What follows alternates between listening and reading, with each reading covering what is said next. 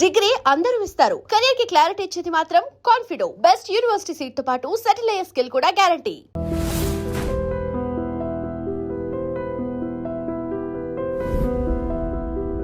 Sir 45 years అంటే not a small time sir. 45 ఏళ్ళు అంటే అసలు చాలా వెరీ వెరీ వాస్ట్ టైం. అంటే ఒక వ్యక్తి జీవితంలో ఆల్మోస్ట్ మోర్ దెన్ హాఫ్ అనుకోవచ్చు నిజంగా చెప్పాలంటే. సో 45 ఏళ్ళు ఎలాంటి వివాదాలకి లోను కాకుండా, ఎలాంటి కాంట్రవర్సీస్ లేకుండా ఒక సాఫీ నట జీవితాన్ని ఎలా గడుపుకుంటూ వచ్చారు అసలు? How was it possible? నాకు అది తెలుసుకోవాలండి ముందు. మీ సక్సెస్ విక్టరీ కంటే కూడా I want to know about this. దాని ప్రత్యేకత ఏం లేదమ్మా. బై బర్త్ మెంటాలిటీని బట్టి ఉంటుంది. పుట్టుతో వచ్చే లక్షణాలు ఆ జీవితాంతం ఉంటాయి. అందువల్ల చిన్నప్పటి నుంచి నేను ఊళ్ళో చదువుకున్నప్పుడు కానీ ఉత్తమ విద్యార్థినే. క్లాసులో ఎప్పుడూ ఫస్టే ఉండేవాడిని. ఇది ఆటల్లో, పాటల్లో, చదువులో, ప్రవర్తనలో అన్నిట్లో చిన్నప్పటి నుంచి ఉండేవాడిని. పక్క పిల్లలతో నా కొలీగ్స్తో ఆడుకుంటున్నప్పుడు కూడా చిన్న చిన్న తగాదాలు ఉండేవి కాదు. మరి అగ్రెసివ్గానే ఉండేవాడిని, స్నేహపూర్వకంగా ఉండేవాడిని, అందరిని ఆకట్టుకునేవాడిని. నేను లీడర్గా ఉండేవాడిని. లీడర్గా ఫస్ట్ ఫారం నుంచి నా చదువు, హై స్కూల్ చదువులు అయిపోయేదాకా యునానిమస్గా నన్ను సిపిఎల్గా ఎన్నుకుంటారు. ఓకే. అంటే అటు నాయకత్వ లక్షణాలు ఉన్నాయి, ఇటు విద్యాధికుణ్ణి. అంటే చదువులో కూడా మొదటి బెంచీలో ఉంటాను. ఆటల్లో అన్నిట్లో. అంటే నేను చెప్పేది ఏంటంటే, ఒక సినిమాలో కథలో హీరో ఎట్లా ఉంటాడో అలా స్టార్ట్ అయింది నాది. అందువల్ల వివాదాలకి దూరంగా ఉంటాను. చిన్న చిన్న సమస్యలు రాకుండా ఎవరికి ఉండవు. వాటిని సమర్థించుకుంటూ, సాల్వ్ చేసుకుంటూ, సమన్వయంగా చేసుకుంటూ వస్తా. అందువల్ల 45 సంవత్సరాలు వివాదాలతో లేకుండా, ఇబ్బందులు లేకుండా, అందరితో స్నేహపూర్వకంగా, డైరెక్టర్స్ కాదు, ప్రొడ్యూసర్లు కాదు, కో ఆర్టిస్టులు కాదు, అందరితోటి నాకు ఎక్కువ మంది స్నేహితులు ఉన్నారు ఇండస్ట్రీలో. ఎక్కువ మంది నన్ను అభిమానించే వాళ్ళు కూడా ఉన్నారు. నేను గర్వంగా చెప్పుకోవడం కాదు, అది మరి ఆ భగవంతుడు ఇచ్చిన అదృష్టం అనుకుంటాను. కానీ మీకు ఇంకొక పేరు కూడా ఉందండి, మీరు అజాత శత్రువు అంటారు. గిరిబాబు గారికి అసలు శత్రువులు లేరు.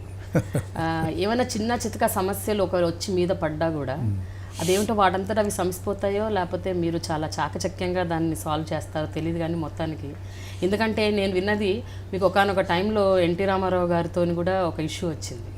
సింహబలుడు, సింహగర్జన మీరు తీశారు, ఆయన సింహబలుడు చేశారు. అప్పుడు ఆ తర్వాత కాలంలో మీ అబ్బాయి, మీ బోసుబాబు గారి సినిమా టైంలోనే చిరంజీవి గారి సినిమా, అదే ఇద్దరిది కౌబాయ్ స్టోరీస్.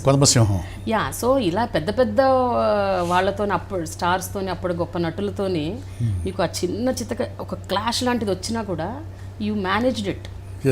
అది అంటే how was that? How was that possible? Possibility కాదమ్మా. ఇప్పుడు ఇది ఒక చిత్రరంగం అనేది ఒక గుర్రాల పందెం లాంటిది, అంతే కదా. ప్రతి వాళ్ళు దూసుకుపోవాలనుకుంటారు. పరుగు పందెం ఇది.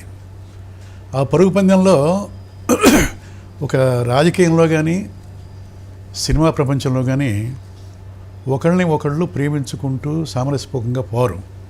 ఎవరు దారి వాళ్ళది, ఎవరు త్వరగా ముందుకు పోవాలని చెప్పి వాళ్ళ గుర్రాన్ని పరిగెత్తిస్తుంటారు. అది సహజమైన లక్షణం. లేకపోతే ఇక్కడ మనలేము, సక్సెస్ కాలేము. ఆ పద్ధతులు పక్క వాళ్ళు చేసినా కూడా వాళ్ళ చిరకాల మిత్రులే నాకు. వాళ్ళతో బోల్డెని సినిమాలు చేసి ఉన్నవాడిని. ఇలాంటి చిన్న చిన్న డిస్ప్యూట్ వచ్చినప్పుడు సహజమైన వాతావరణంలో వస్తాయి. వాటిని మనం మేజర్ ఇష్యూ చేసుకోకూడదు అనే ఉద్దేశంతో సామరస్యపూర్వకంగా వాటిని సాల్వ్ చేసుకోవచ్చా. ఆ తర్వాత మళ్ళీ మామూలు అయ్యాం కదా. దాన్ని పెద్ద ఇష్యూ చేసి, గొడవలు చేసి, అసోసియేషన్లో పెట్టి, మా అసోసియేషన్లో పెట్టి, ప్రొడ్యూసర్ కౌన్సిల్లో పెట్టి గొడవ చేసుకుంటే గిరిబాబు అజాశత్రు ఎందుకు పేరు వస్తుంది? నాలాగే మా మురళీమోహన్ ఉన్నాడు, చెప్తున్నా, అతనికి ఈ పేరు ఉంది. మేమిద్దరం ఒకే సినిమాలో మొట్టమొదట 1973లో జగమే మాయ ఫస్ట్ ఇద్దరం వచ్చింది, అంతే కదా. అప్పటి నుంచి ఇప్పుడు దాకా ఇద్దరికి అదే పేరు ఉంది, అజాశత్రువులు అని. అంటే ప్రతి మోడల్ లేదని కాదు నేను చెప్తుంది. ఇప్పుడు నాకు మోహన్ బాబు ఉన్నాడు, ఒక ఫ్రెండు. మోహన్ బాబు నేను మేము ప్రయత్నాలు చేసేటప్పుడు సినిమాలో ప్రవేశించక ముందు మేమిద్దరం రూమ్మేట్స్, మేమిద్దరం కలిసి ఉండేవాళ్ళం, అంత స్నేహితులం. అప్పటికి ఇప్పటికీ ఎప్పటికీ కూడా మేము అన్నదమ్ములానే ఉంటాం. మురళీమోహన్ కూడా మేము కూడా చెప్తున్నా. ఇంకా నాకు ఆత్మీయులైన స్నేహితులు సరే గుమ్మడి గారు, సత్యాన్ గారు, రంగనాథు, శరత్ బాబు, ఇదంతా అంటే నా మెంటాలిటీకి దగ్గరగా ఉండేవాళ్ళందరూ అలా నడుపుకుంటూ వచ్చాం ఇంతకాలం. కానీ ఒకటి చెప్పండి, అలాంటి ఇష్యూస్ ఏమైనా జరిగినప్పుడు జనరల్గా ఒక రకమైన చిన్న ఈగో ఉంటుంది. నేను వెళ్ళి ఏంటి మాట్లాడేది, నేను వెళ్ళి ఏంటి చెప్పుకునేది, వాళ్ళకు కూడా ఉండాలి కదా అన్న ఒక స్మాల్. రామారావు గారు ఉన్నారు,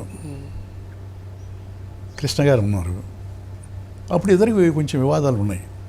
ఈ సీతారామరాజు తీసిన దగ్గర నుంచి ఆ తర్వాత కురుక్షేత్రము, దానవీర సూరకర్ణ, దాంట్లో డిస్ప్యూట్స్ వచ్చినాయి.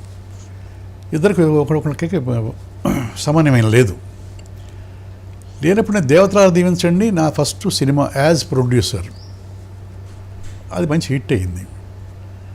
నాకు జానపదాలు తీయాలని ఒక ఆశ, ఎందుకంటే నాకు టేస్ట్ అది. ఎందుకంటే రామారావు గారి సినిమాలు, కాంతారావు గారి సినిమాలు, శివాజీ గణేశన్ సినిమాలు, ఎంజీఆర్ సినిమాలు, జానపదాలు బాగా లైక్ చేసేవాడిని నా చిన్నతనం నుంచి. కనుక మొదటి సినిమా తీసిన తర్వాత నేను కథ రాసుకున్నా, శివగర్జన కథ. ఆ సినిమా తీయాలని.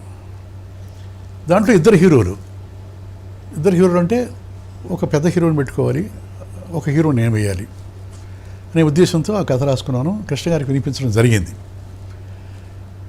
వాళ్ళిద్దరికీ అప్పుడు వివాదాల్లో ఉన్నారు, రామారావు గారు, కృష్ణ గారు కదా. మరి కృష్ణ గారిని నేను పెడుతున్నా, కృష్ణ గారితో ఎక్కువ సినిమాలు చేస్తున్నాను నేను. 150 దాకా చేశారు. చేశాను కంటిన్యూస్గా ఆయనతో సినిమాలు చేస్తున్నా, రామారావు గారితో చేస్తున్నా అప్పుడు. బట్ సింహబరుడు, సింహగర్జన 2 సినిమాలు స్టార్ట్ అయినాయి. 2 జానపదాలే. రాఘవేంద్రరావు గారు, వాణిశ్రీ, సత్యనారాయణ, మోహన్ బాబు, రామారావు గారు సరే హీరో. మంది కృష్ణ, నేను, శరత్ బాబు, మోహన్ బాబు, వాళ్ళిద్దరు విలన్స్, మీ ఇద్దరు హీరోస్. కాకతాళీయంగా తీసిన సినిమా అది, పోటీలకు కాదు. రామారావు గారి మీద, నాగేశ్వరరావు గారి మీద పోటీకి నేను ఎందుకు తీస్తాను? ఆదర్శంగా వాళ్ళని తీసుకొని మేము సినిమాలో ప్రవేశం చేసాం. ఇద్దరిని, ఒక కృష్ణ గారు కాదు, ఒక కృష్ణరాజు కాదు, ఓ శోభరావు కాదు, వచ్చిన తర్వాత వచ్చిన వాళ్ళందరూ కూడా రామారావు గారు, నాగేశ్వరరావు గారిని ఆదర్శంగా తీసుకునే సినిమాల్లోకి వచ్చారు. మేము కూడా తర్వాత వాళ్ళం, మేము కూడా అంతే. కనుక వాళ్ళ మీద పోటీకి దిగంగా. బట్ సమ్ ఫెలోస్ ఉంటారు కదా, ఆయనకి బ్యాడ్ రిపోర్ట్ ఇచ్చారు. ఓకే, మీకు వ్యతిరేకంగా ఉన్న కృష్ణ గారిని పెట్టి సేమ్ జానపదం, ఒకే కథ, 2 కథలు ఒకటే, నెక్స్ట్ ఆయన హీరో పెట్టి మీ మీద వ్యతిరేకంగా తీస్తున్నారు గిరిబాబు గారు